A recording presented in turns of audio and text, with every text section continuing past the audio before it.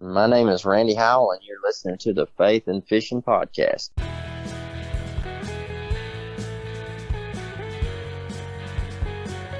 Welcome to the Faith and Fishing Podcast. I'm Cam. And I'm Robert. In every episode, we're bringing you faith stories and fishing memories from some amazing members of the fishing community. So join us as we shed a positive light on all things faith and fishing.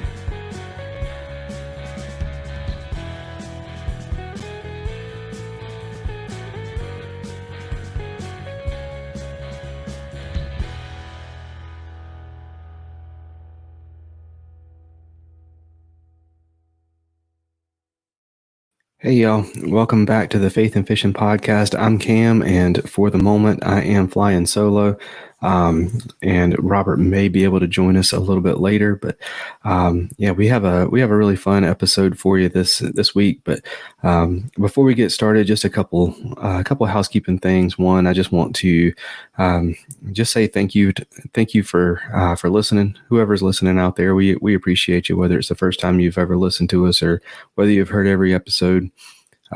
Super thankful for you, and glad you're listening. I'm going to go ahead and apologize in advance. I've got a cough drop in my mouth, and I am still struggling with the good old insulation cough. So y'all bear with me. You'll probably hear a lot of mutes and all that good stuff. But yeah. Y'all, again, thank you for listening, and we're going to go ahead thank a couple sponsors early and get started. Few things ruin your day on the water as bad as losing gear, but with the retrieval devices for fishing rods, action cams, bow fishing bows, and more from Savior Outdoors, you don't have to let dropping your stuff ruin your day because you can get it back. The pressure-sensitive filter keeps water from rain and quick dips in the water out, but it lets water in when your gear goes overboard to release a float attached to your gear by 60 feet of line so you can get it back. Go to SaviorOutdoors.com to learn more and try some for yourself, and use promo code FNFP15 to save 15% on your order. That's SaviorOutdoors.com and promo code FNFP15.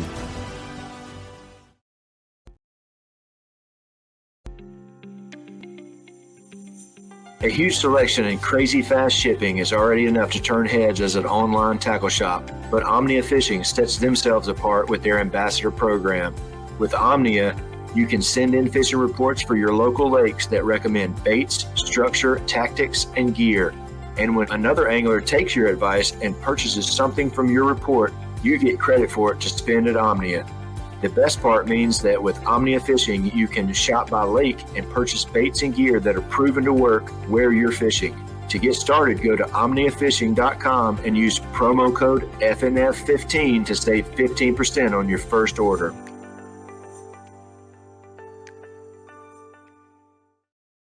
All right, so this episode, we have a fun episode planned. So we are teaming up with the Final Cast podcast to bring y'all something that I've wanted to do for a while. So anytime that you kind of put yourself out there in the fishing community, you end up with a bunch of people who are asking for advice. And one of the things that we get asked a lot is the best such and such in this budget. And so a lot of times it's a lower budget or a higher budget. And, we don't really know what your budget is, and everybody has a different budget. So we kind of figured we would get a few people in here to do, like what I recommend on the lower end of my budget and the higher end of my budget.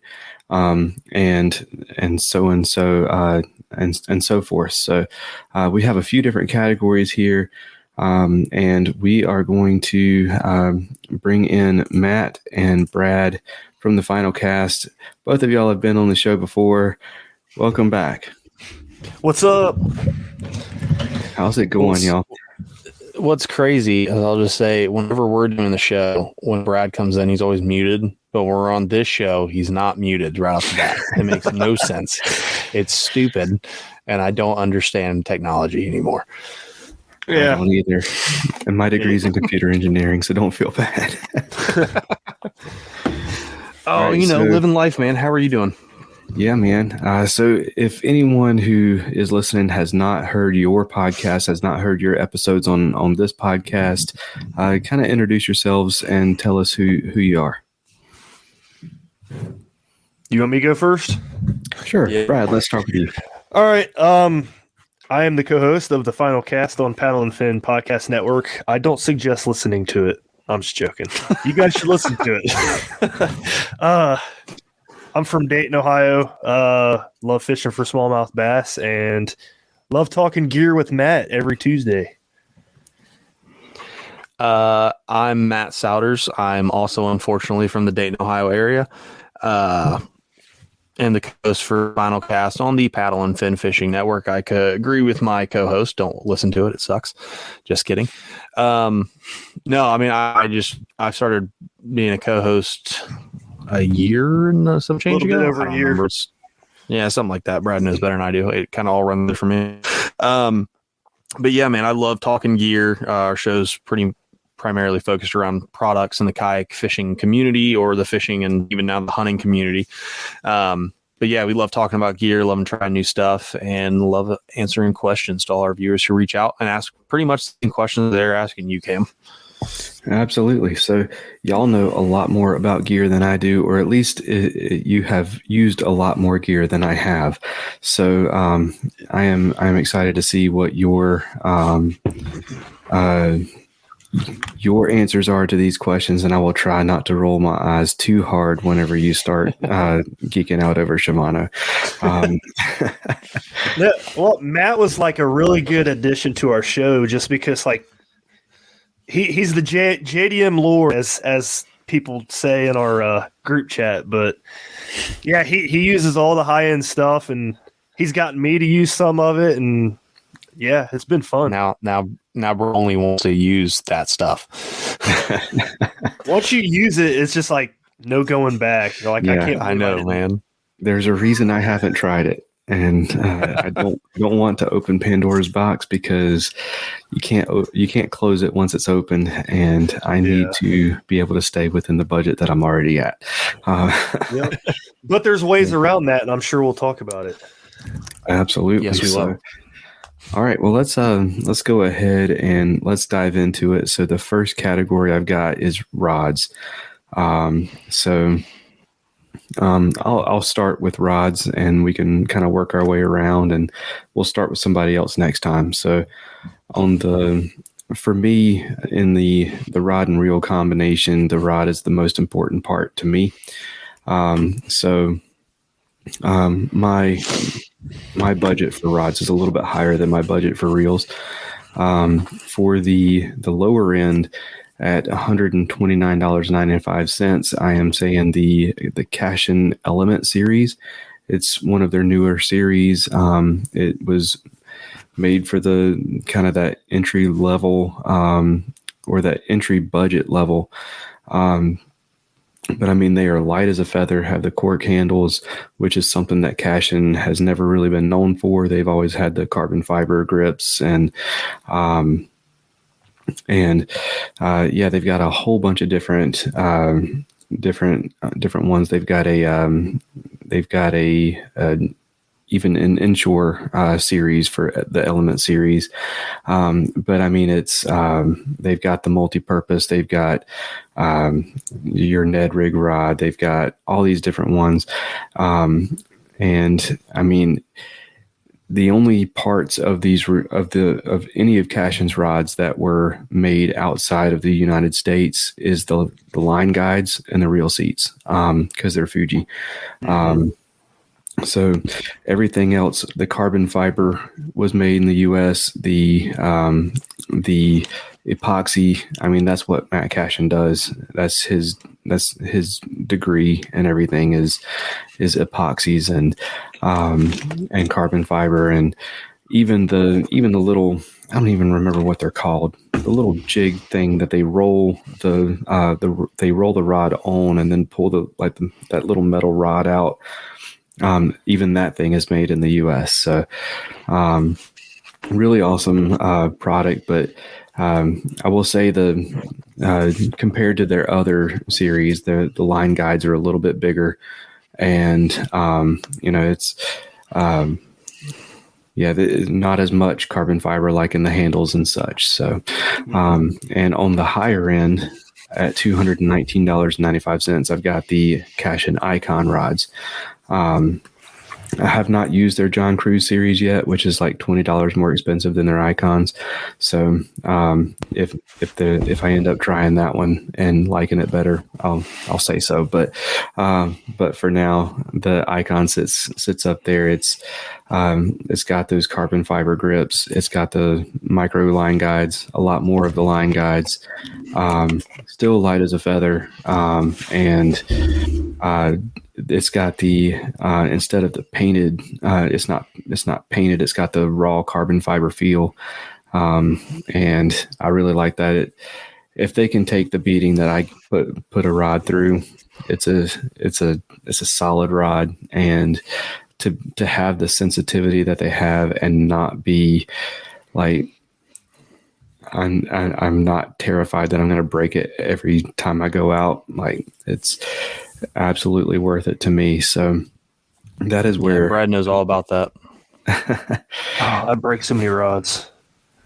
Yeah. So I don't want to be the one who's breaking so many rods. I've been there, done that, and I don't enjoy it. So. I don't either, man. It ticks me off. So, stupidest Brad, way too, like on a blade of man? grass. Yeah. What'd you say? So, Brad, what you got for rods, man? So I'm doing a low end and a high end. Is that what we're doing? Yeah. Mm-hmm. All right. I've said this on our show before, but the low end rod, I'm going with the Dobyns Fury just because they're not the most sensitive, but man, they are stout. Like, you're not going to break those things. They still have the sensitivity of other rods, but at $129, I think it's one of the better rods you can get, especially if you're going to a box store to buy a rod. Yep.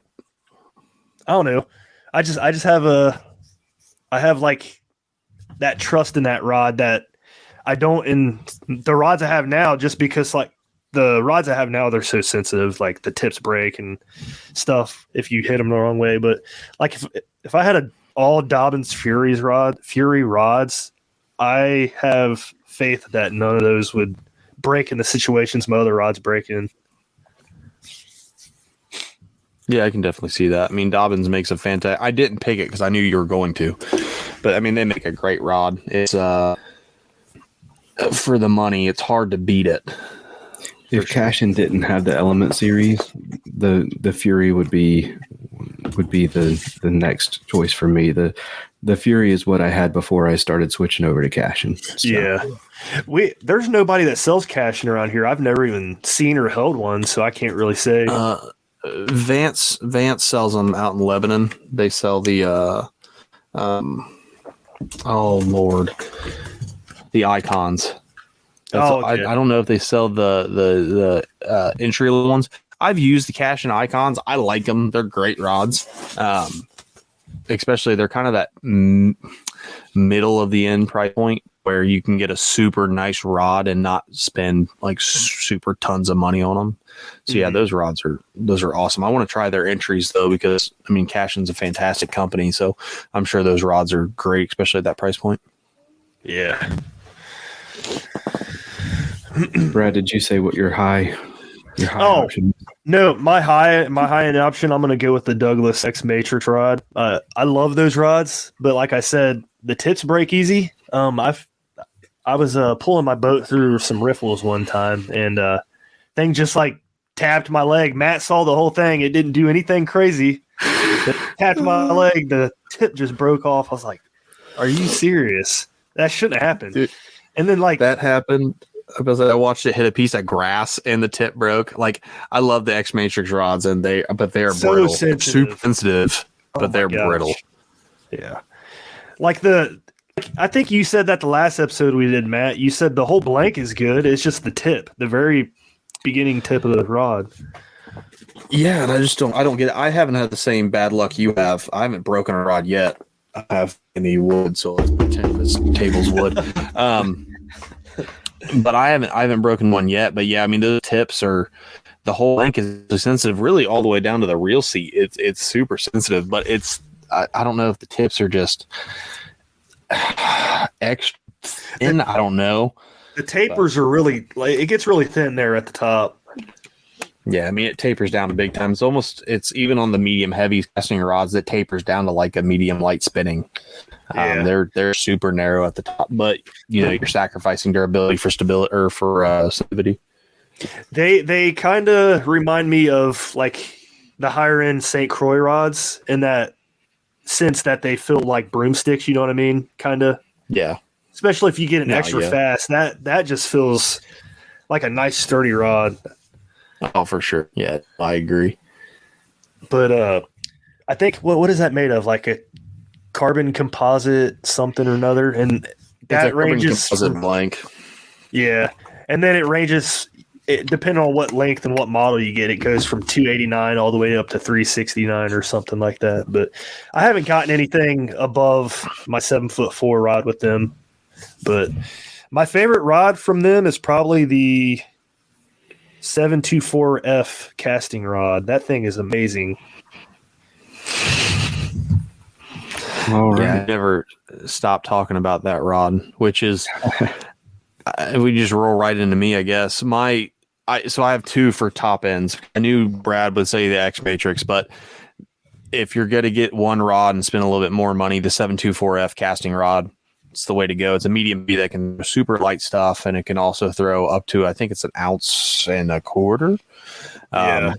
It can throw heavy stuff without issue at all. So it's a do everything rod. But since I knew he was going to say the X Matrix, I'm going to be the JDM Lord, and you're going high end and you want to make everyone know what rod you got and look at you. You could be like the JDM Lord himself and get a couple Megabass Destroyer P5s. So those rods, like Brad said, with the X Matrix, they'll range from 289 to 3, whatever you said. The Destroyer rods will range anywhere from 509 to 650. Great rods. Now everyone knows I've switched completely to Douglas X Matrix minus my swim bait rod as an LRS because I don't care about sensitivity on that rod. I just want something that feels like a piece of iron in my hand when I set the hook. And but the Megabass Destroyer P5s, those rods, I mean, you're getting the creme de la creme because of how, everything, all the aspects that go into the rod, all the different pieces. The blanks are super sensitive, more than enough backbone for every thing. And those are more very technique specific. There's not really a rod I make that does everything. It's all technique specific. So if you really outfitted your boat, you're looking at $500 a pop, which is rough. Yeah, but there's no way. But oh no, I mean, even me, I've sold all my Megabass Destroyer rods. I've got an Orochi Double X rod. And that's a good rod. It is. I like that rod. And a Leviathan, just mostly to try it because it was new last year and I want to see what it's like. It sits down here, doesn't get used. But I've switched all to X Matrix because for the amount of money that you're paying for that rod, you're not in Megabass territory, but it feels just like a Megabass rod. Tons of backbone, super sensitive, if not more sensitive. So the Douglas rod is a fantastic way to go. And then for my entry level rod, I did the Shimano SLX rods. Kind of the same concept of the Fury. Very stout rods, not the most sensitive on the market, but they routinely go on sale at about $100. Sometimes you'll see them at 79, so $80. More than stout enough. They have, their medium heavy 7'2" rod will do everything you need, no matter what technique it is. Yeah. And you don't have to worry about breaking that rod. I had one, I beat the crap out of it, lived in my truck bed with an old Shimano Corrado reel on it, and I drive stupid. So my rods, it went all over my truck bed all the time. And it's fine. I mean, if the worst thing ever happened to it was a guide bent and I just lifted it right. So fantastic rods, especially price point. Okay, absolutely. Brad, you want to get us started on reels? Oh man, I didn't do my homework for this. So I was going to say before before the rods, or the reels. My budget would probably be a lot lower if I didn't have my affiliation with Douglas. So I'd probably still be using like Fitwicks and Berkeley Lightning rods if that one. So like my budget's really low. It was like $100 or less before that. So, reel. Are we doing spinning, casting, or what? You do you. There you go. The way I look at it is I'm gonna give you my recommendations for casting rod or casting reels, because if you come up on me fishing and I'm using a spinning reel, I'm having a bad day. So you do you, man. Dude, I'll go with casting too, because I have more of those than I do spinning rods, but I'll probably just go with the SLX for the budget. I mean, it's a workhorse reel. I think that's the best $99 reel out there. I've used everything from Shimano SLX to Lew's speed spools to whatever, the Mox, Lew's Mock, whatever, Quantum Smokes. I don't know. I think the SLX is the best one out of that budget by far. It's very sturdy. It's lightweight.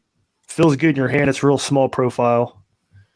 So, yep, that's my pick for low budget. Okay. What about high? What about high, bud? Yep.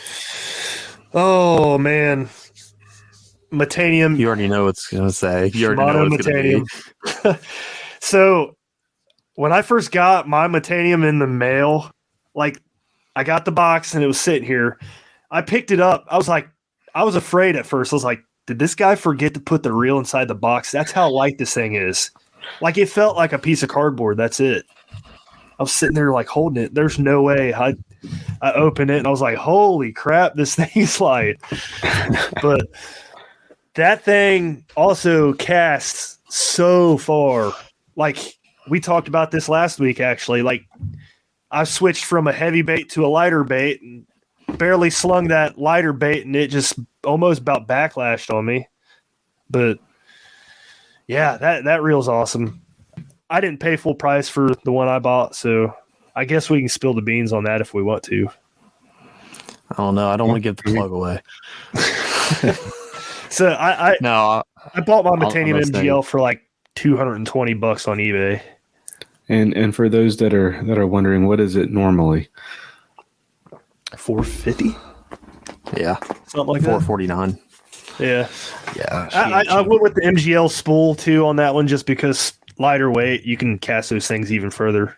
I don't like the DC reels really. Okay. All right, so I'll go next. For the entry price point, the 13 Fishing Origin reels for I think they range like $60 to $90 for that series. Mm-hmm. They are not light reels; they are heavy reels, but they are. I mean, they work phenomenally well for the price point. You're not going to beat it for $60. And so one of the questions that we all get asked a lot is best reel under $100. And I hate saying, oh, it's this one, it's $99.99 for that. So that's why I chose this one. If you want to step up to that $99 price point, there are definitely better reels. I haven't tried the SLX yet. Just because I'm not a Shimano guy, but I'm stubborn like that. But I will say that the Origin, I mean, little things like the spool tension knob is not plastic like most that even a lot of $99 reels, that tension knob is plastic, and that's just one of those little things that just makes it stand out a little bit. And for the high end, I used to have one and I regret getting rid of it, and I've kind of been scouring Facebook Marketplace again. A Lew's BB1 Pro. It's at $199.99. Oh, he's got one right there. Oh yeah. This is original BB1 Pro too. This is a 2014 BB1 Pro that doesn't get used any year at all, but every year I tear it apart and I clean it. And I mean, she's yeah. When he's not joking, when this is, especially if you're looking for a reel that can do everything and you can beat the crap out of, and it's still going to work great at a $200 point. Bam, BB1 Pro. Yeah, he said it. So yeah, if that one was a lefty, I would ask what you wanted for it. But oh man, see, you got to get on that right train. It's all about it. I guess we'll just roll right into me. So I mean, everyone knows I'm the Shimano fangirl over here. So high-end reel, it's one of the reels I've ever used. The Shimano Antares DC. I've got two of them. I did not spend retail. So if you're looking it up, you're like, oh my God, I didn't do that. That's stupid. But so it retails. I don't have one down here because they're in my rod box in the truck, but it retails at $699 typically. I thought they were more. They'll go up to $899 depending on the gear ratio and the year, because you can still get 2016s and things like that at around $500. So I did the same thing with that. I mean, that reel. So it is a DC. It's not like your standard Curados or even the Scorpions from Japan. It is a different DC system to where it has a larger chip plus a different braking system in it. That thing will toss, no matter what lure size it is. It will throw it a country mile without even trying. And it's fantastic. And for the price, like I said, I mean, it should do everything. It should make me breakfast, but it doesn't. And, but same with Brad, I got both of mine on eBay. Should we just give the plug away? I mean, if they go back and watch, we did it in our show episodes. I was about to say they'll find it. So it's a guy on eBay. His name is YG Japan. He has, I don't know. I'm assuming he works in a Shimano factory and just steals everything because he sells stuff for like cheap, and it is brand spanking new. That Antares I bought. I got my Bantam with some scratches on it. Yeah, but I mean, it was like barely cosmetic scratches. I mean, there's functionally these reels are brand new, and you're getting them at half price 9 times out of 10. Both those Antares, like I said, they retail for $699 and $799. I got a 2016 for $299 and a 2020 for $430 or something like that. So half the price of a brand new one. Best reels in the market, in my opinion. There are some other reels that I like a lot. The MGL, the Metanium MGL, it's a great reel. I mean, it can keep up with the Antares all day long. And it's a lot lighter. Those Antares are boats on your rods because they're ginormous reels. But for the cheap option, I might get a little flack from people out there, but Abu Garcia has not changed the design of the Black Max for like 15 years. That's what 99% of people I've ever talked to that want a reel that will work fine and is forgiving is to go to Walmart, take a crisp $20 bill out of your wallet, and buy an Abu Garcia Black Max. Those things. That's what I started out with. It's what a lot of people started out with. I started on big old round reels. I wish the Black Max was around when I was a kid because those things suck to cast. And but I mean, it's super cheap. I will say it feels super cheap, but it will cast fine, especially once you start getting better. You can really feather that reel and get some distance out of it. It will, it's durable. Like I said, it feels cheap, but it will hang on to run around, especially for bank anglers who have 3 or 4 rods with them. Mm-hmm. You running into a tree, who cares? It's $20. Worst case, if you actually do break it, you just stop by Wally World on the way home, pick up 37 Bitsy bugs for 75 cents a pop and a Black Max, and you're out of there for less than $50. And but I mean, they're hard just to break, to make them stop working. I have one. It's in the mess of stuff I have in my, what Brad likes to call my tackle shop of a basement, and I've had it for like 8 years. I've oiled it twice, and I promise if I take it out right now, after I dipped it in mud, it would still cast. It is the AK-47 of fishing casting reels. You can do whatever you want to it. Drop it in ice, let it thaw out, and it'll cast fine. Yeah. So, yeah, the Abu Garcia Black Max is my inexpensive option. Okay. I started out with the Black Max, and I spooled it with spider wire. Oh, there you go. There's the age when spider wire wasn't poo. Yep. Oh, it bled all over your hand, though. That was the thing. It did. Well, I'll say a lot of braid back in the day bled all over your hand. I mean, Power Pro bled on me, and that was like I felt Power fancy. Pro still does. Well, that's why you get Sunlight and X-Plasma, and you call it a day. It doesn't bleed, and it's awesome. All right. So if you did do your homework, and I didn't specify this, but I might throw a monkey wrench in here for you, but you're going to a big box store and buying a rod and reel combo. Your high end, your low end, Matt, you can get us started. So for high end, it's if I had to go and buy a combo, combos in and of themselves are starting to get a lot better. Back in the day, it was a 9 times out of 10, it was a Black Max on an ugly stick, or it was like if you ever shopped at the old Gander Mountains, it was Sakanas, and which actually, hey, little tidbit, Sakanas aren't made anymore, but if you ever find any of them, they're made by Luz, so they're not terrible. They were Sakana combos and like really cheap Daiwa combat sticks and cheap ones, but they've gotten a lot better. If it was me and I'm going to a big box store to buy a rod and reel combo, I would be, for my high end, it's the Luz Pro TI combo. You'll find them for $399, right in there between $300 and $400.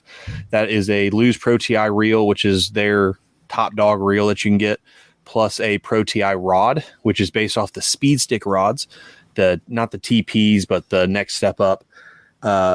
Good rod, good sensitivity, good backbone for the price point it's at. It's one of the better combos you're going to get. I don't know what else on the market combo wise is really going to beat it. Abu will have their Revo combos, which aren't terrible. I'm just not a huge fan of newer Abu stuff. And then for the inexpensive combo, Daiwa makes it's their CH80 reel, and then it's just a Daiwa rod.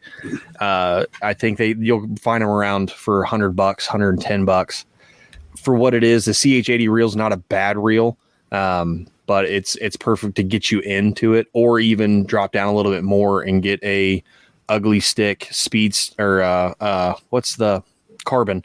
You can get an ugly stick carbon rod with either a Black Max on it. Sometimes you'll find them with Rebos on it for like $130, and those carbons that I've never used one in the water. I mean, Robinson uses them on the Bass Tour and he does great. So they're probably decent, but they are sticks. It is an ugly stick at the end of the day. You'll never break it. You can go on a beaten spree in the box store once you buy it and you won't break it. And the reel that comes on it, whether it's a Black Max or, something, the reel's going to hold up fine, especially at that price point. So there's my two options. All right, Brad, what about you, man? I'll go with the I don't know if you guys ever use the Pfluger President combos or not for the budget. The rod's not great, but it does the trick. But the reel is what makes that combo great. Like sealed drag and everything. It's great for a wade fisherman. I used to dip mine in the water and crack. So all I used to do was wade fish before I started kayak fishing. And then when I did start kayak fishing, I'd put it in the deck of the kayak and then get grit and stuff all over it just from walking on rock bars and all that stuff. And it would still work fine. Like even my Shimano Stratic FLs, they still grind when I get water and stuff in them. The Pfluger President never had an issue with that stuff. So that thing definitely gets like my low budget feature. But if you want to get that combo and then set the reel aside, you can go and get another rod if you have the money, like another $99 rod, and pair that reel on another rod. So I don't know how much that combo is. It might be like 119. 119, 120. At least when I was selling them, this was 2 years ago. But the President combos, and they actually come with Fenwick rods on them now.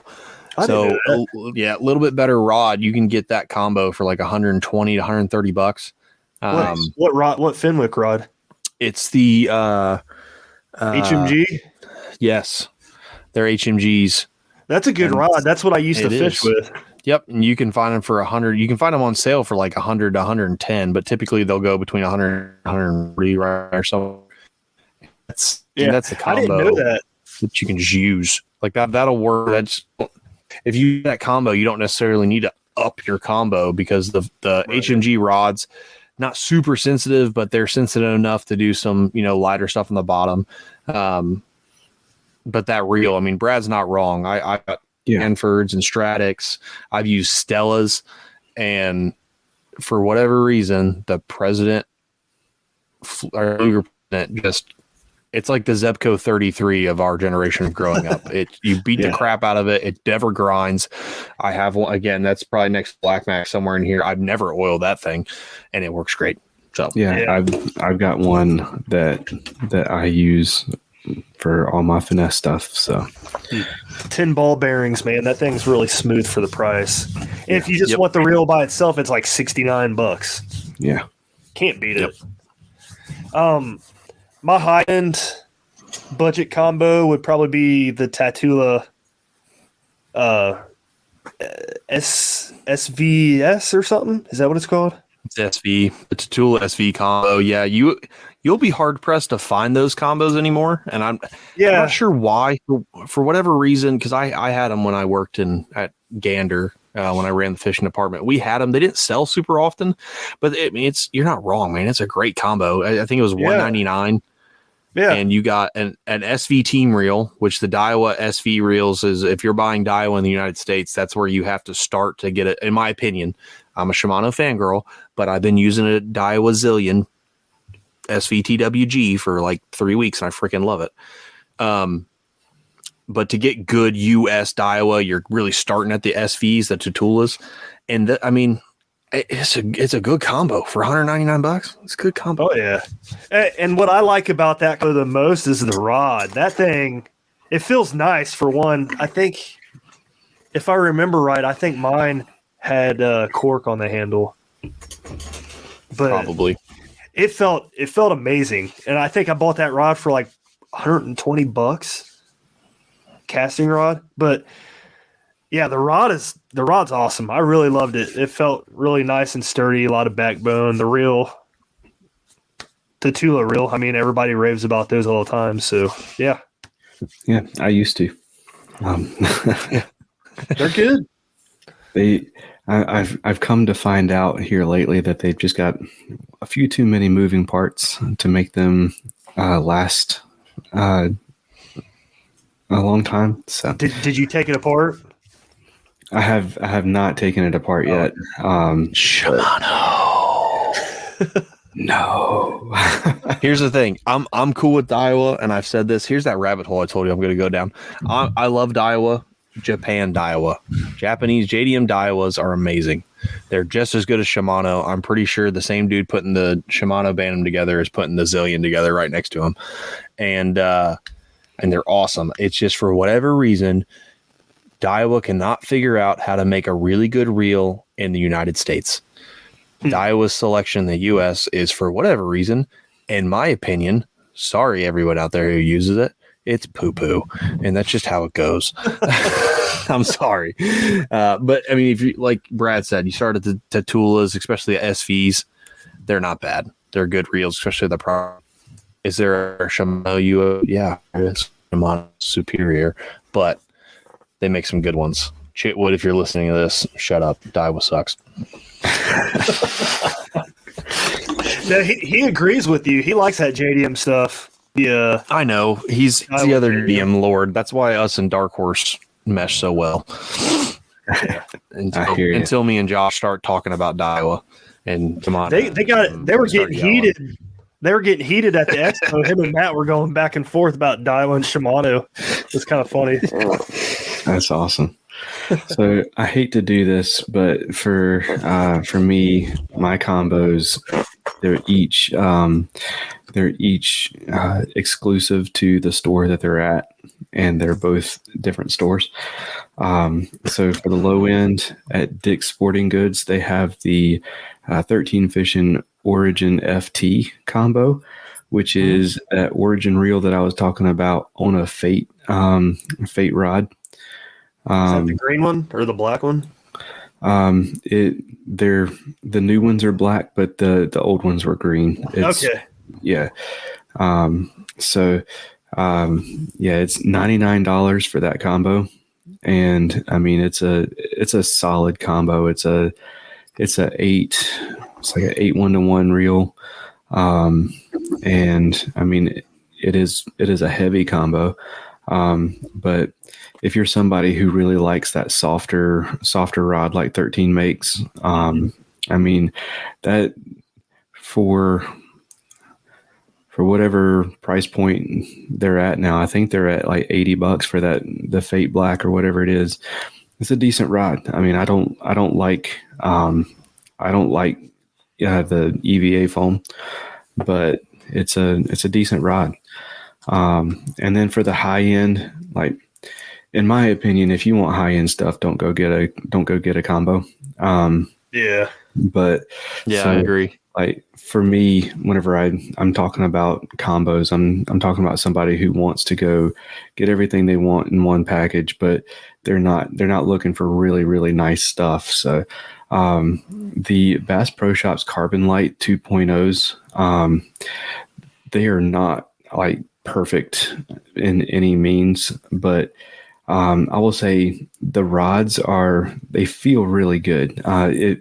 If you're someone who likes ducket rods, that kind of style of that particular taper, that's what they remind me of. And then the Johnny Morris reels that they put on them they're loose reels. They're not great loose reels, but they're loose reels. So if you're somebody who likes loose reels on ducket rods, this might be a combo for you. They are $220 to $230 depending on which combo you get. So yeah, I mean, I hate recommending Bass Pro stuff because I don't like Bass Pro.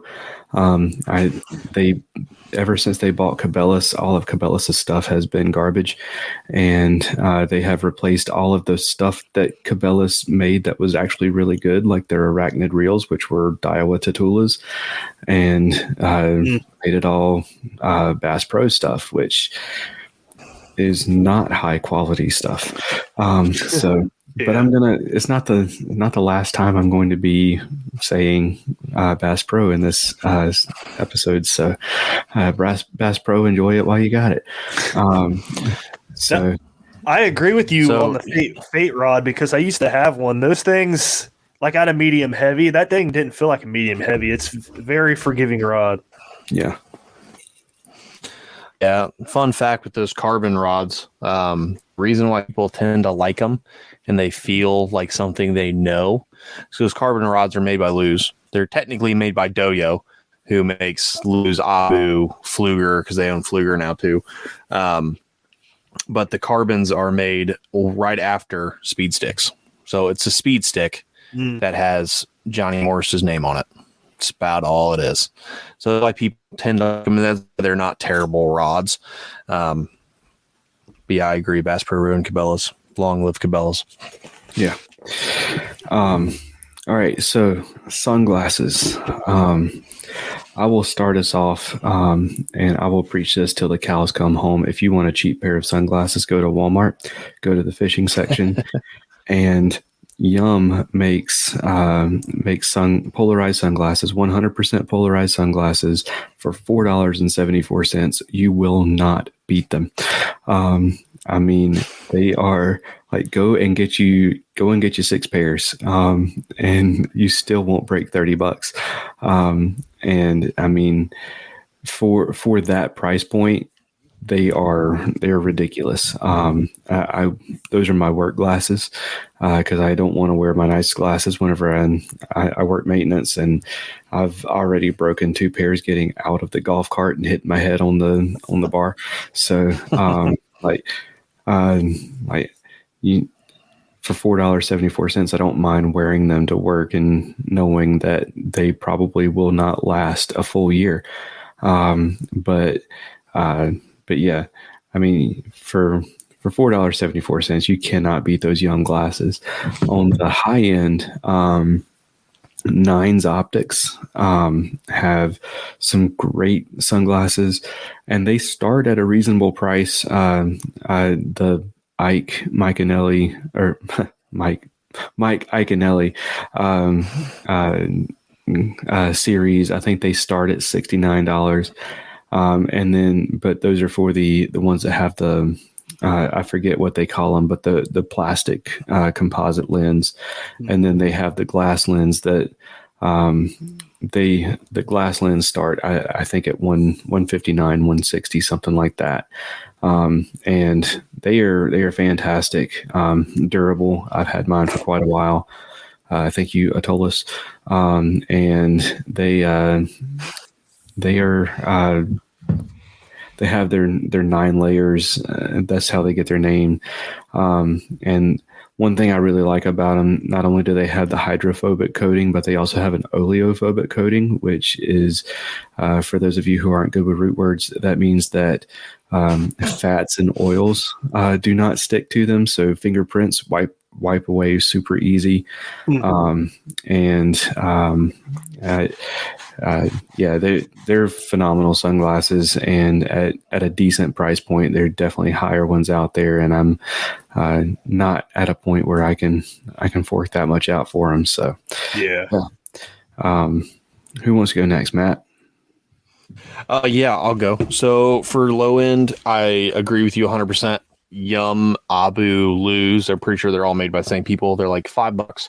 They're polarized lenses. You can break them and it doesn't really bother you because, again, you can go Walmart and get your Black Max and get the Yum glasses with it. And for high end, I've used Oakley's plastic and glass lenses. I've used Costas. I've used Maui Gems. The best glasses I've ever used in my whole life are made by a company, Bahio, which we had on the show a while ago. You weren't even on the podcast yet. I'm about to say I wasn't. I was a listener, and I listened to the show and talked to Brad, and I tried his out when we went fishing. I was like, these are amazing. They have plastic lenses and glass lenses. The glass lenses are easily, especially in our poo-poo rivers, you can see everything with them, and they're fantastic. I've never had an issue where I don't like them. The weight, because it is a glass lens, those tend to be a little bit heavier, and you kind of notice them, but I can wear them all day long and not really notice them. They're that perfect kind of middle weight. I mean, they're comfortable to wear. The lenses don't fog up. I mean, it's a win-win. I think they run 225 or 250. I think it's $250 for the glass and like $199 for the plastic. And depending on where you're at in the country, they have different lenses that help with different waters.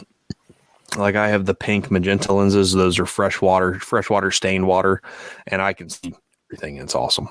Or the rose lenses, I don't remember what it is, but they're pink. That's like it's dope. That's like the newest technology in sunglasses right now. Is that rose lens? Yeah, yep. I had the glass lenses on those Nines Optics, and it was actually Nicholas Beltran that sold me on them. And so I took them out the first time I went to the lake here that I always talk about, Lake Crabtree, that's chocolate milk year round. And I put them on and I was like, oh my gosh, it's a fish. And then I had that moment, like, I don't know if y'all have ever seen the Lego movie, but like there's that scene where he's like, I see everything. Yeah, glass lenses are eye-opening, no pun intended. They're I remember the first time I got some glass lenses, man. But your guys' lists, like my low budget glasses are a lot higher than yours. It's fun. No, I mean, I think we've said it in the show. Like I'm doing low budget and high budget, and I'm trying to make it like super low and super high.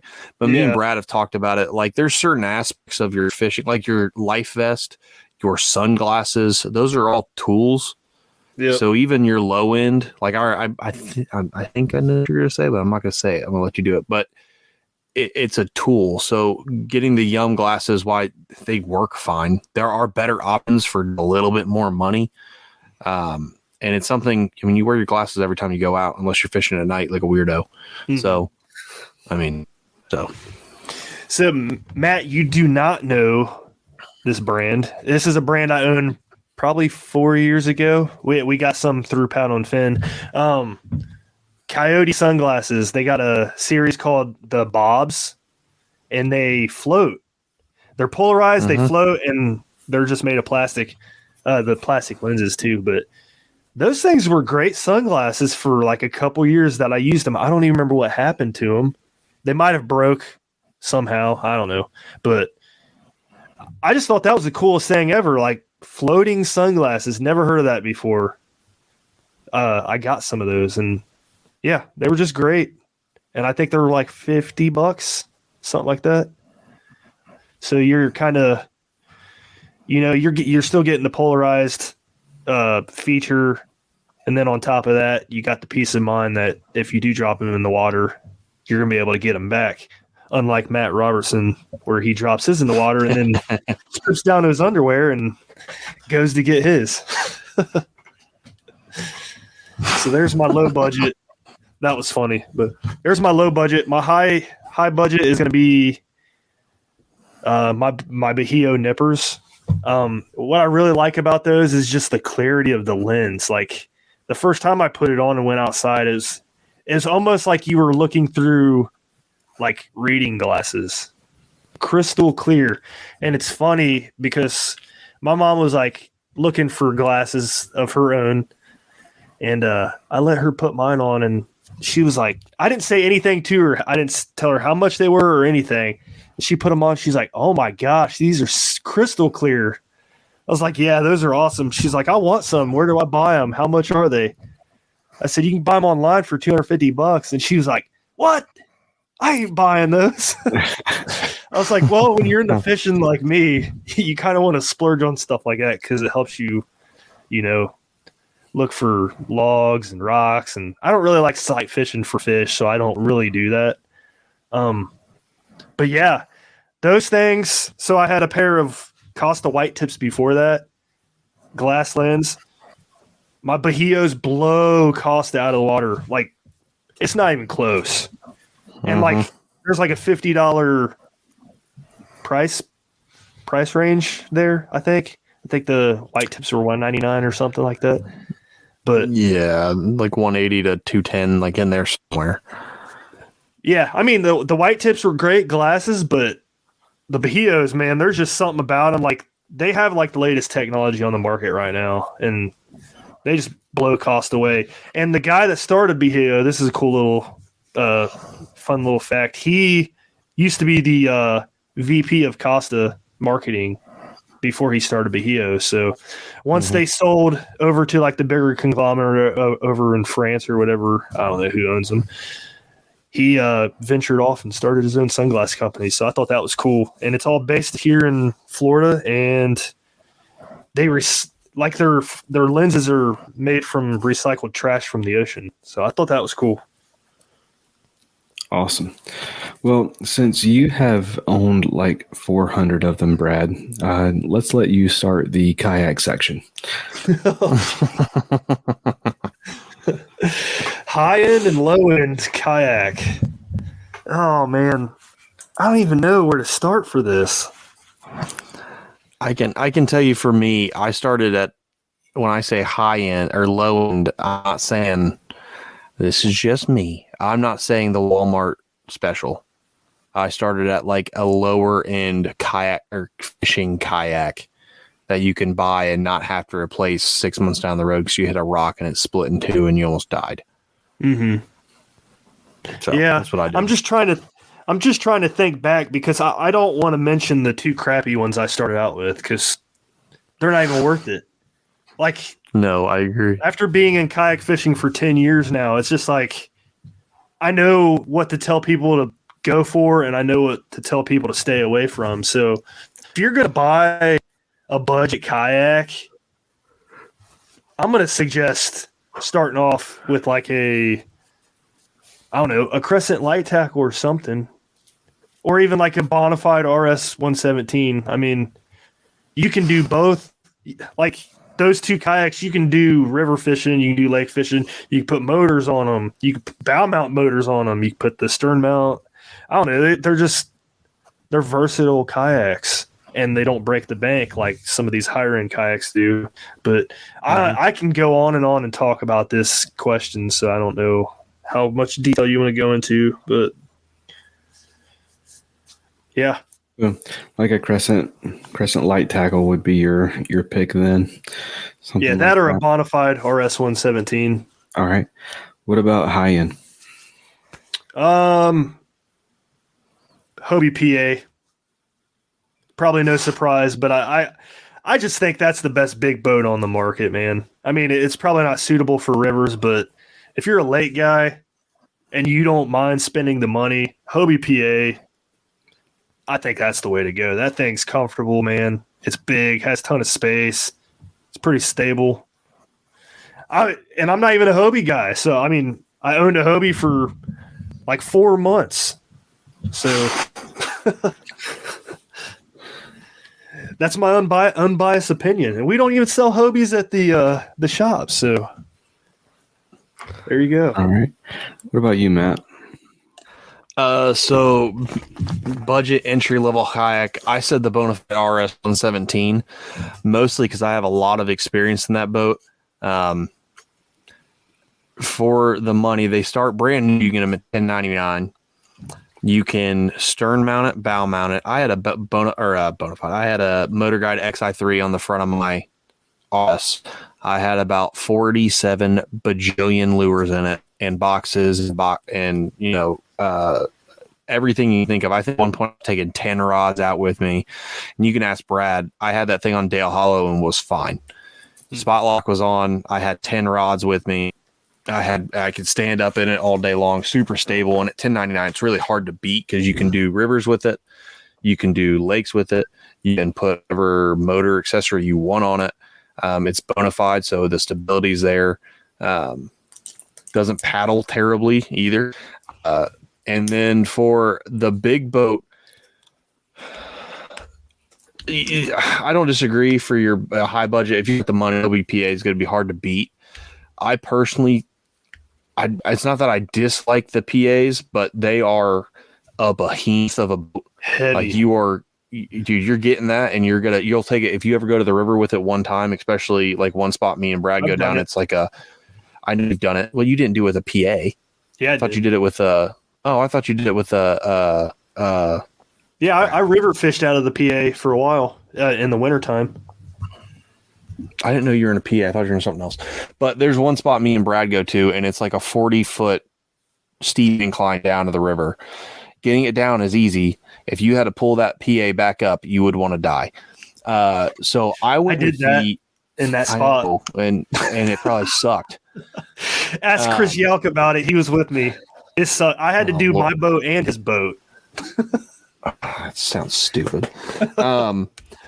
What I would say to go with for your high end is a Bonafide SS27. I think that is one of the most versatile boats on the market, period. No hands, questions down. You can get it for $16.99. That's the new, or $17.99. That's the 2023 price. So you're at $17.99. You're still $3,000 away or $2,000 away from a Hobie PA. You buy an XI3 or a Torqeedo to put on the back of it, and you have a boat. Brad can attest this. He fished this boat on the rivers for years. He says all the time how he regrets getting rid of it. That boat will do anything and everything. It's a heavier boat. But it's not as bad as the PA, and it's a Bonafide. So you have the stability that beats everything on the market. It is ready for motors, bow, stern, snout. If you really want to be psycho, you can take the pod out and throw a little transom motor through there. A lot of different options. It's ready for foot steer. every accessory you can ever put on it. And the aftermarket support is ridiculous for anything and everything that says bona fide on the side of it. So that's what I would say if you're high-end SS27, get an XI3 for a bow mount or trend down a Minn Kota or get a Torqeedo on the back and do everything you'd ever want to do. Yeah, the 127 with the Torqeedo, man, that is like that's a great combo. I loved it when I had mine. Yeah. That was fun.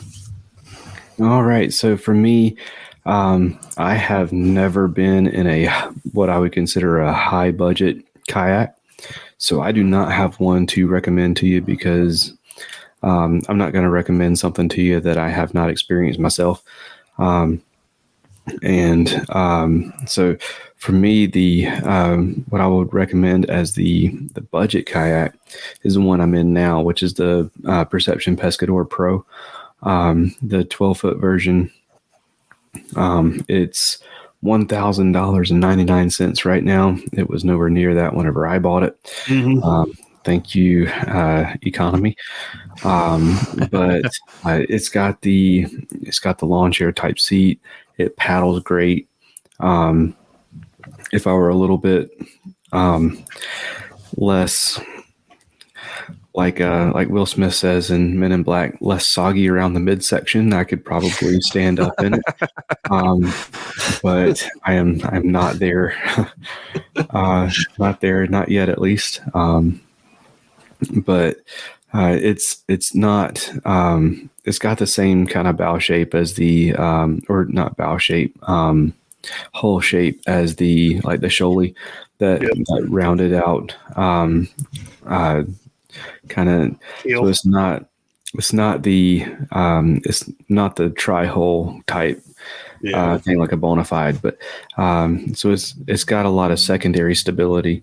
I think it's 33 inches wide, 12 feet long, so it paddles great. You get decent speed, and it's got a lot of features that a lot of similar price points don't have.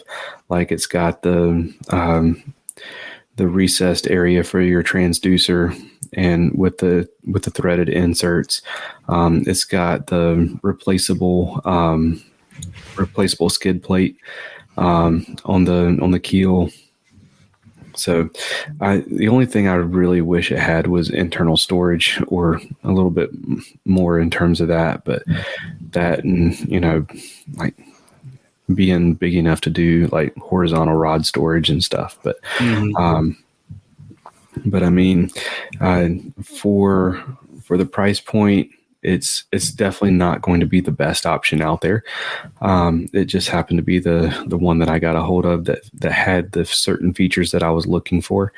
And I don't remember what exactly it was about the RS that I steered away from. It might have been that at the time it was, $200 more expensive, which it's funny. It has stayed the same, and the Pescador has leapfrogged it, even though neither boat has changed. I will say this about the Pescador lineup from Perception, and pretty much any lineup from Perception, their rod holders suck. Yeah. They are not worth calling rod holders. It's just like a hole in the boat. It is. There's not a rod on the market that you can put in this thing and expect it to stay there. It is a recessed place for you to buy their accessory and stuff it down in there, and their accessory sticks up like 10 inches off of the boat. And that is just too high for I'm all for elevated rod holders, but that's just too high. So I use the rod holders on my Blackback and some Omega rod holders, and I don't even use those things. The only thing those things are good for is I take that back. I put my anchor there.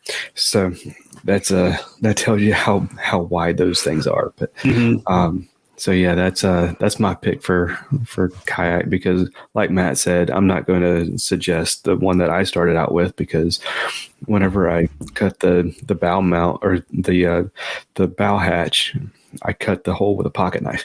So if you're, Oh, geez, that's crazy. if you're going over a boat ramp, it's not going to take long for that to tear a hole in the bottom. Yeah. Yep. That's why I tell people, man, when they say, "Oh, I'm going to get a Pelican," I'm like, you might want to wait because it's not even an 1/8-inch thick plastic on that thing. Yep. I will say the Pelican plastic is a lot more sturdy than the Sun Dolphin plastic, but the Sun Dolphin, that's not saying much. But I will say I tried a Pelican Catch 120, and that was my upgrade from my middle boat to the next, and I had it for 2 months. Yeah. I took it out twice, and so I was going from a boat that was like, I think 28 inches wide. So I mean, it was, whenever I went at it with decent paddle strokes, it was a rocket. Like, Yeah, it was nothing for me to get 5.5 miles an hour on it.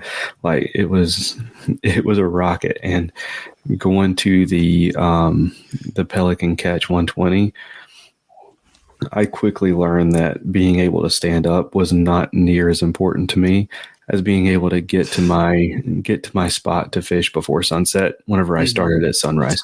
That Pelican, like, I think whenever I paddled with everything I had, it maxed out at like 2.5, 3 miles an hour. And that was just, it was not sustainable, and I wasn't having it. Yeah. All right. So, I'm looking at my list here. And so rain gear, that's one that I actually do get asked about a few times. So rain gear, for me, the ultralight rain suit from Frog Togs, is my budget pick. I think they're up to $30 now.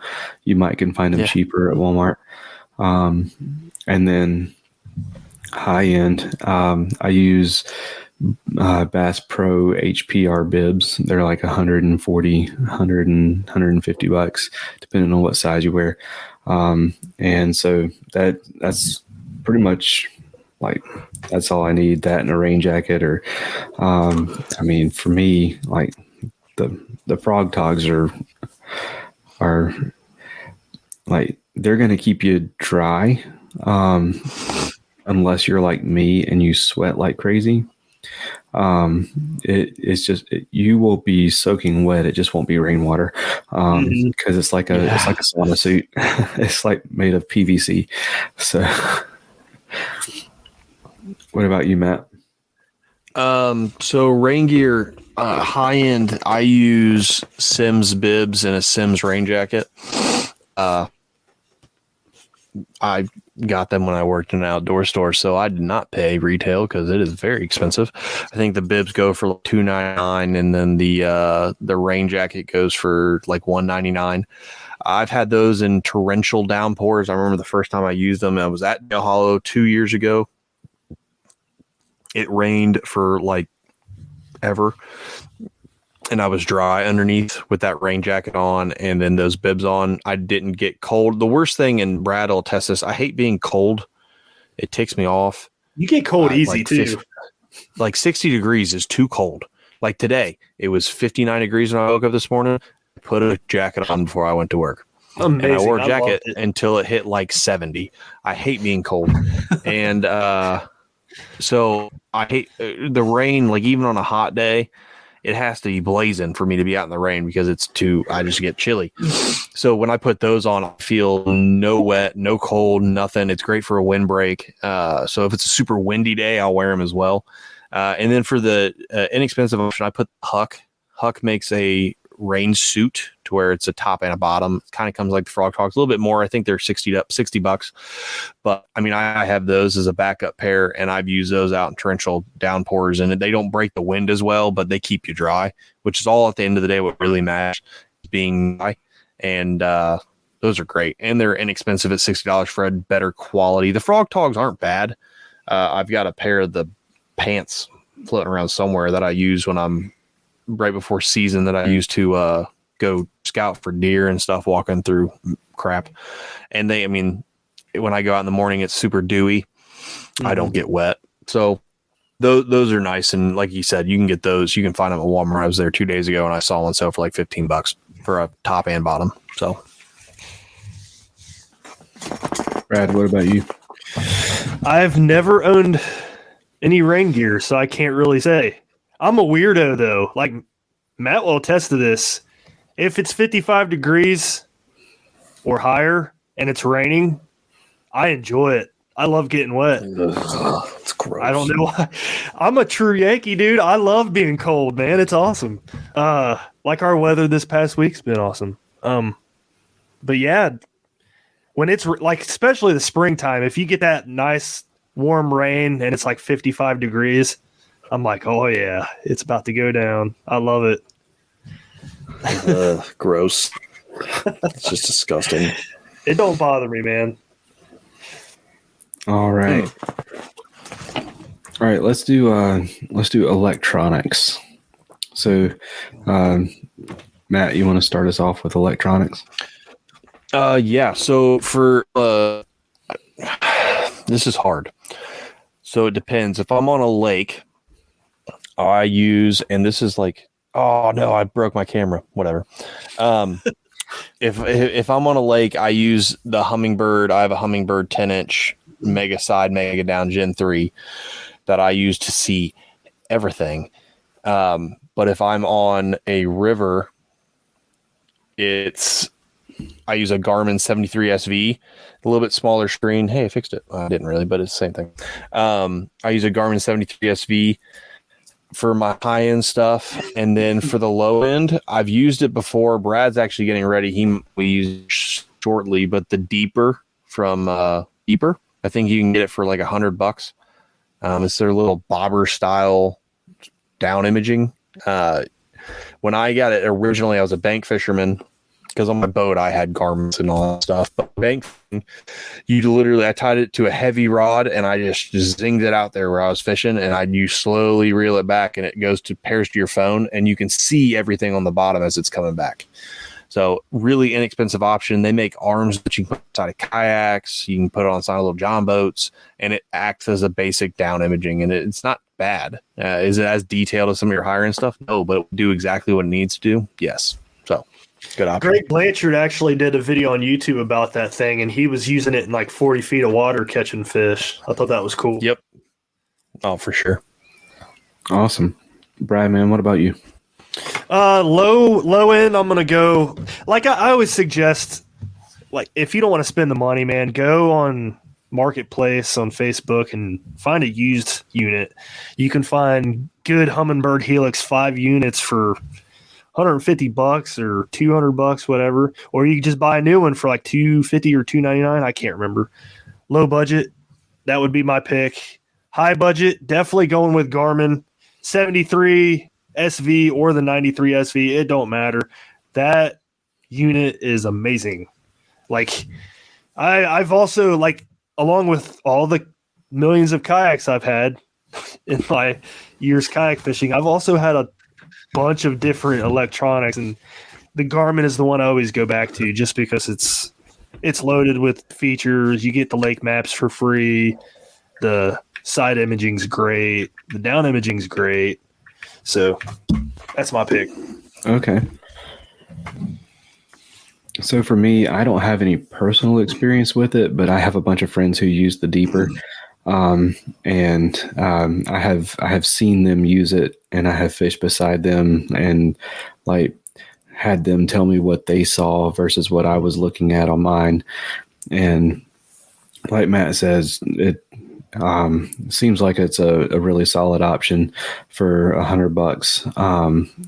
But I'm not going very far away in terms of budget, because the only ones I've ever used was the Striker series from Garmin. So I think the 4 inches, like $100, $120, something like that. I use the 5-inch.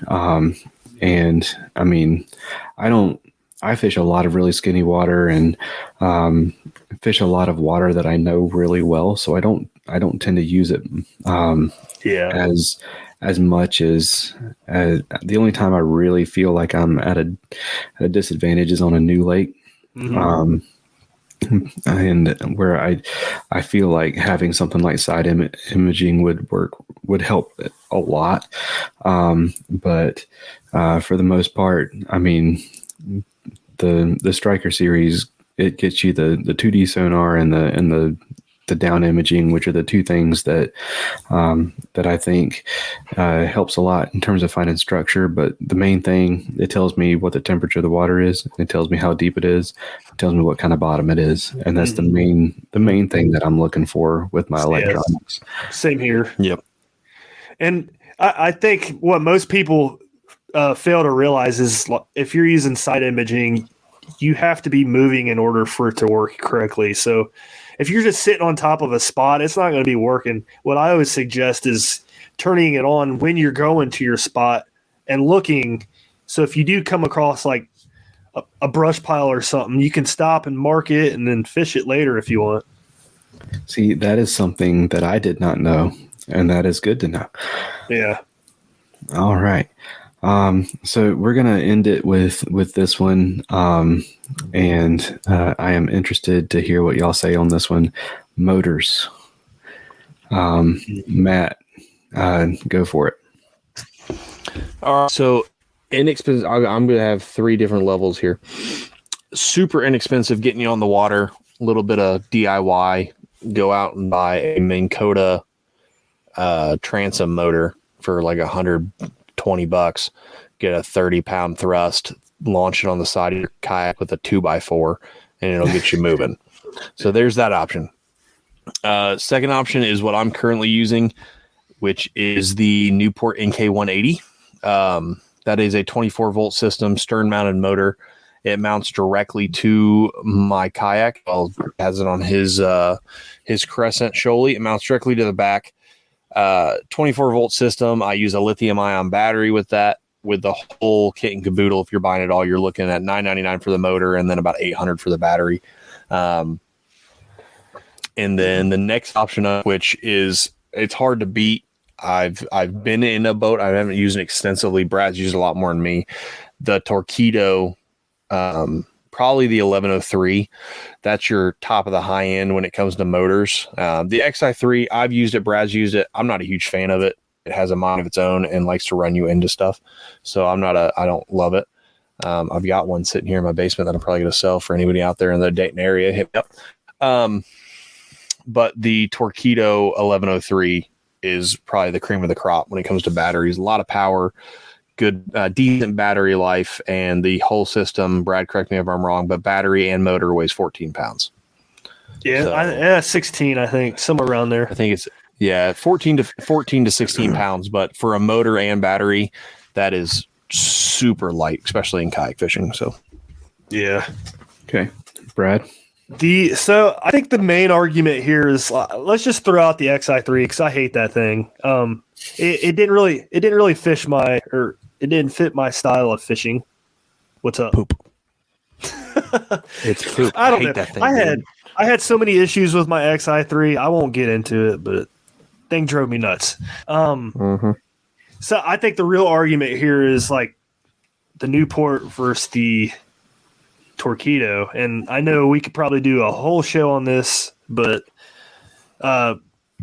pros and cons of the Newport, you know, you're spending less money. You get to use your own battery, but it's heavier. As Torqeedo, you know, you're getting a whole lighter system, but you're spending more money, and it has a little bit more power. But at the same time, like the Newport don't have like a range, like how far you can go on the controller like the Torqeedo does. So if you set the throttle like 25% on a Torqeedo, it'll tell you can go like 36 miles. The Newport don't have that. So I don't know. It's just all preference. If if I had the money, I would definitely go with an 1103 for sure. That thing, we saw Jimmy down at Dale Hollow. He was waking me and Matt to the point where like my boat was rocking. I was like, dude, you're going to knock us out of the kayak if you don't stop me just sitting there laughing. But I don't know, man. I don't really know what to tell anybody there. I just, weigh the pros and cons of each one and decide for yourself. All right. So for me, my high-end motor, I'm going to say, is the Bending Branches Angler Ace because I fish out of a kayak. I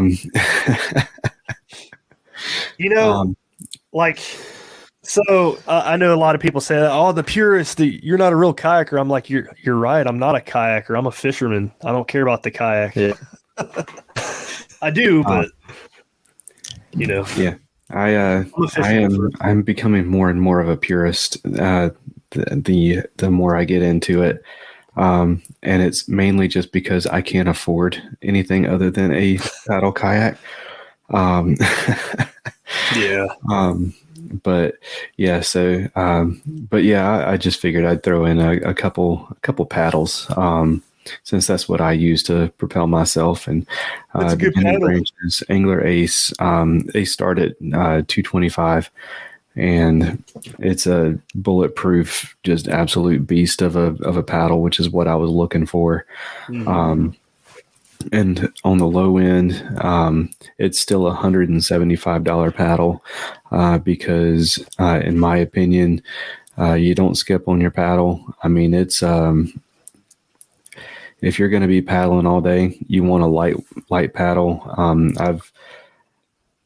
I've had a few different paddles. Though I had one that came with the Sun Dolphin Journey that I bought first, and whenever I paddled, it like fluttered in the water. Yep. And I was like, nope. Yep.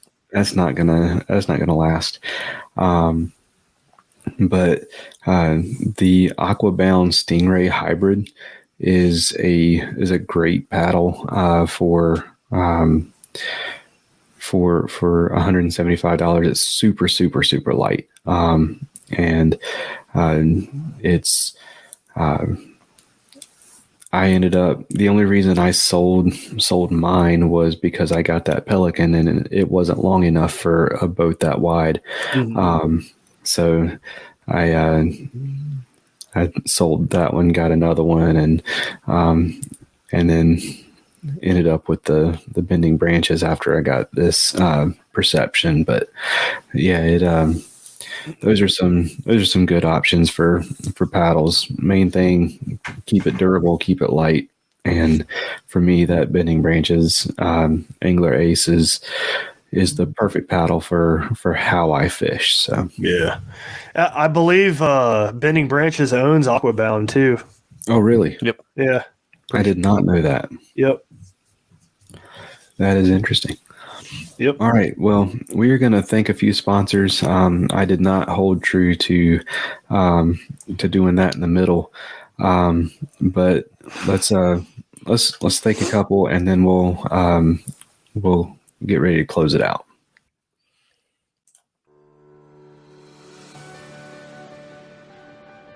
If a fly rod is your weapon of choice, check out Atollas. Their Fly Caddy is the most convenient way to get your favorite flies to the water, or just keep them handy by clipping it to your hat, truck visor, backpack, rod case, or just whatever. You can also bundle it up with flies from independent fly tires that Atollas has teamed up with through their Fly Light project. Choose from bundles specializing in redfish, carp, saltwater, or freshwater. Head over to atollas.co, that's ATOLLAS.co, to get your Fly Caddy today and use promo code FAITHNFISH15 to save 15% on your order. That's Faith the letter N, Fish the number 15 at checkout for 15% off.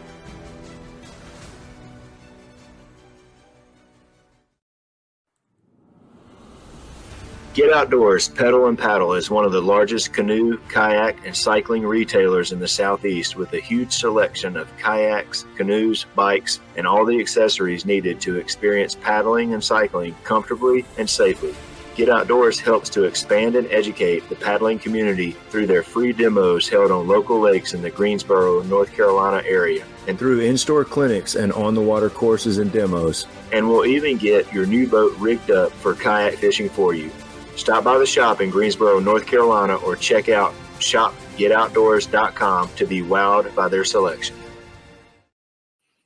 All right. So, yeah, I just wanted to bring y'all back on to make sure that I said thank you for coming on the show, coming back on the show, and kind of giving your experience with gear to this particular episode. I know Robert is salty for missing this one, but we'll give him a chance to give his options as well. But yeah, if you would go ahead and let us know who it is that makes podcasting and fishing easier for you. Give shout outs and thank yous to sponsors and supporters. Anybody you want to say thank you to. Definitely thanks to Paddle and Fin for giving me the opportunity to be a podcast host on the Final Cat. Thanks to Brad Hicks for bringing me on, longtime friend, and to my wife who allows me to never see her and go fish. Oh, geez. Man, like, I know if I read off some of these, I'll forget them. So, if you follow me on Instagram, Brad Hicks Fishing, I'm sure you'll find out quickly who my sponsors are. So I got a link in my bio and stuff too, if you guys want to check some of that stuff out. Okay, absolutely. And Matt, where do we follow you? So I just made it only. I'm just kidding. Right on Instagram, Matt Souders Fishing. Kind of the same thing. I've got a link there that has all the different sponsors and whatnot. So you can definitely check that out. It pretty much every single one of them are tagged in like every post I do. But yeah, Matt Souders Fishing on Facebook and Instagram. I promise on Facebook, 9 times out of 10, if you message me, it's my personal one, and I'm probably not going to respond. So respond to me on Instagram. All right, and where do we find the podcast? Anywhere, Apple, Spotify, iHeartRadio, anywhere you listen to podcasts, it's on there. Our show comes out every Tuesday at 3 a.m. I think. So, yep. If you're on the East Coast, you'll get it at 6 a.m. If you're on the West Coast, you'll get it earlier or something. I don't know.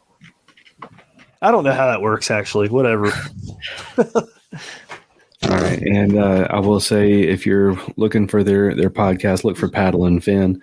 And Paddle and Fin has a bunch of different shows that come out every day. So the Tuesday show is going to be the Final Cast. So, yeah, Matt and Brad, thank you all so much again for coming back on the show and having fun geeking out over gear.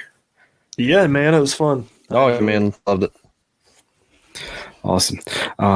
So yeah, thank y'all again, and let's close it out and thank a couple more sponsors, and then we'll pray and close it out. Mr. B Lure Company is making high quality handcrafted lures and has been for 30 years right here in the U.S. Using all metal components, Owner and Gamakatsu hooks, and silicone or frog hair skirts, Mr. B is pumping out some awesome spinner baits, jigs, buzz baits, underspins, and more, including some of the most unique bladed jigs on the market. To fill up your tackle box, go to MrBLureCompany.com, that's MRBLureCompany.com, and use promo code FaithAndFishingPod1X10 at checkout to save 10% on your first order. That's Faith the letter N, Fish the letter N, P-O-D, so Faith and Fishing Pod, just like our Instagram handle, 1X10.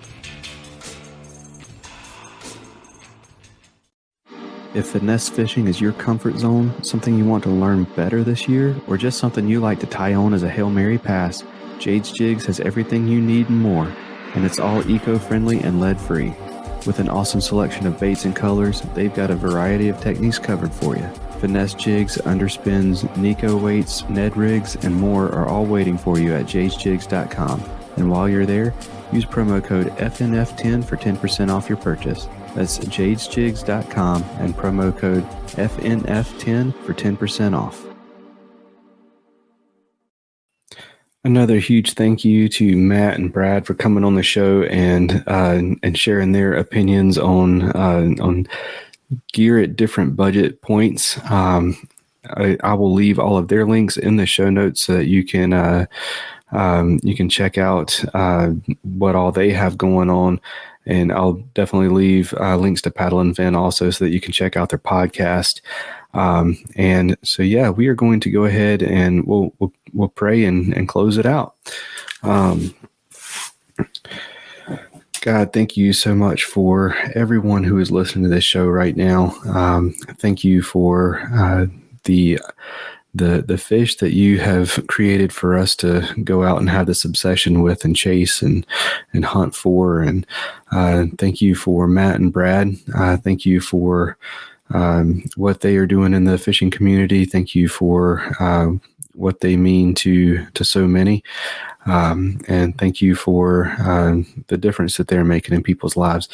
God, we ask that no matter what it is that the listener right now is going through, because we know they're human and that means that they're going through something, we ask that you meet them where they are, give them what it is they need to make it through whatever it is they're going through. God, it's in Jesus' name that we pray. Amen. All right, y'all. That is going to do it for this episode. Y'all take care and God bless.